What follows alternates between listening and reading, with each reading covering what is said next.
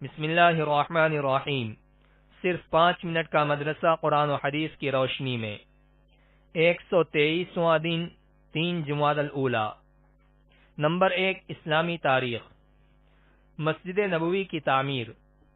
ہجرت کے بعد رسول اللہ صلی اللہ علیہ وسلم نے سب سے پہلے ایک مسجد کی تعمیر فرمائی جس کو آج مسجد نبوی کے نام سے جانا جاتا ہے۔ اس کے لیے وہی جگہ منتخب کی گئی تھی جہاں حضور صلی اللہ علیہ وسلم کی اونٹنی بیٹھی تھی۔ یہ زمین بنو نجار کے 2 یتیم بچوں کی تھی جس کو آپ نے قیمت دے کر خرید لیا تھا۔ اس کی تعمیر میں صحابہ کرام کے ساتھ آپ بھی پتھر اٹھاتے تھے۔ صحابہ کرام جوش میں یہ اشعار پڑھتے تھے اور آپ صلی اللہ علیہ وسلم بھی ان کے ساتھ آواز ملاتے اور پڑھتے: اللہم ان الاجر اجر الآخرہ فرحم الانصار والمہاجرہ۔ اے اللہ، اصل اجرت تو آخرت کی اجرت ہے، اے اللہ انصار و مہاجرین پر رحم فرما۔ یہ مسجد اسلام کی سادگی کی سچی تصویر تھی۔ اس مسجد کے 3 دروازے بنائے گئے تھے۔ دروازے کے دونوں پائے پتھر کے اور دیواریں کچی اینٹ اور گارے کی بنائی گئی تھیں۔ ستون کھجور کے تنوں سے اور چھت کھجور کی شاخوں اور پتوں سے تیار کی گئی تھی۔ قبلے کی دیوار سے پچھلی دیوار تک 100 ہاتھ کی لمبائی تھی۔ یہ مسجد صرف نماز ادا کرنے کے لیے ہی نہیں بلکہ اسلامی تعلیم کے لیے ایک درسگاہ اور دعوت و تبلیغ اور دنیا کے سارے مسائل کو حل کرنے کے لیے ایک مرکز بھی تھا۔ اس کے امام اللہ کے نبی صلی اللہ علیہ وسلم اور اس کے نمازی صحابہ کرام جیسی مقدس ہستیاں تھیں۔ نمبر 2، اللہ کی قدرت۔ گولر کا پھل۔ اللہ تعالیٰ نے دنیا میں ہزاروں قسم کے پھل پیدا کیے، لیکن گولر کے پھل میں اللہ تعالیٰ نے اپنی قدرت کا اس طرح اظہار فرمایا کہ جب گولر کا پھل پک جاتا ہے تو اس کو توڑنے پر بہت سے کیڑے نکلتے ہیں جو اپنے پروں کے ذریعے اڑ کر غائب ہو جاتے ہیں۔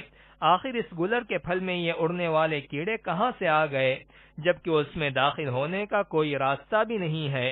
یقیناً اللہ ہی نے اپنی قدرت سے گولر کے پھل میں چونٹی نما کیڑے پیدا فرمائے ہیں۔ نمبر 3، ایک فرض کے بارے میں۔ شوہر کے بھائیوں سے پردہ کرنا۔ رسول اللہ صلی اللہ علیہ وسلم نے فرمایا: نامحرم عورتوں کے پاس آنے جانے سے بچو۔ ایک انصاری صحابی نے عرض کیا: دیور کے بارے میں آپ کیا فرماتے ہیں؟ تو آپ صلی اللہ علیہ وسلم نے فرمایا: دیور تو تمہارے لیے موت ہے، یعنی شوہر کے بھائیوں سے پردے کا بہت ہی زیادہ اہتمام کرنا چاہیے۔ نمبر 4، ایک سنت کے بارے میں۔ عشاء کے بعد 2 رکعت نماز پڑھنا۔ حضرت عبداللہ بن عمر رضی اللہ عنہما بیان فرماتے ہیں کہ میں نے رسول اللہ صلی اللہ علیہ وسلم کے ساتھ عشاء کی فرض نماز کے بعد 2 رکعت سنت پڑھی ہے۔ فائدہ: عشاء کی نماز کے بعد وتر سے پہلے 2 رکعت نماز پڑھنا سنت مؤکدہ ہے۔ نمبر 5، ایک اہم عمل کی فضیلت۔ انصاف کرنا۔ رسول اللہ صلی اللہ علیہ وسلم نے فرمایا: تھوڑی دیر کا انصاف 60 سال کی شب بیداری اور روزہ رکھنے کی عبادت سے بہتر ہے۔ اے ابو ہریرہ، کسی معاملے میں تھوڑی سی دیر کا ظلم اللہ کے نزدیک 60 سال کی نافرمانی سے زیادہ سخت اور بڑا گناہ ہے۔ نمبر 6، ایک گناہ کے بارے میں۔ چاندی کے برتن میں پینا۔ رسول اللہ صلی اللہ علیہ وسلم نے فرمایا: جو چاندی کے برتن میں پانی وغیرہ پیتے ہیں وہ اپنے پیٹ میں جہنم کی آگ بھر رہے ہیں۔ نمبر 7، دنیا کے بارے میں۔ 2 چیزوں کی خواہش۔ رسول اللہ صلی اللہ علیہ وسلم نے فرمایا: بوڑھے آدمی کا دل 2 چیزوں کے بارے میں ہمیشہ جوان رہتا ہے، ایک دنیا کی محبت اور دوسری لمبی لمبی امیدیں۔ نمبر 8، آخرت کے بارے میں۔ دوزخیوں کا کھانا۔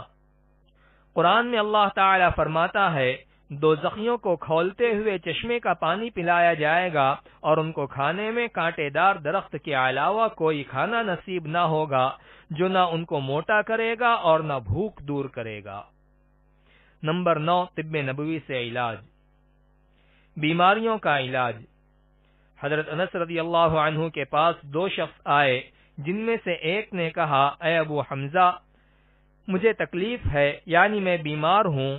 تو حضرت انس رضی اللہ عنہ نے فرمایا: کیا میں تم کو اس دعا سے دم نہ کر دوں جس سے رسول اللہ صلی اللہ علیہ وسلم دم کیا کرتے تھے؟ اس نے کہا: جی ہاں ضرور۔ تو انہوں نے یہ دعا پڑھی، اللہم رب الناس مذہب البأس اشف انت الشافی لا شافی الا انت شفاء لا یغادر سقما۔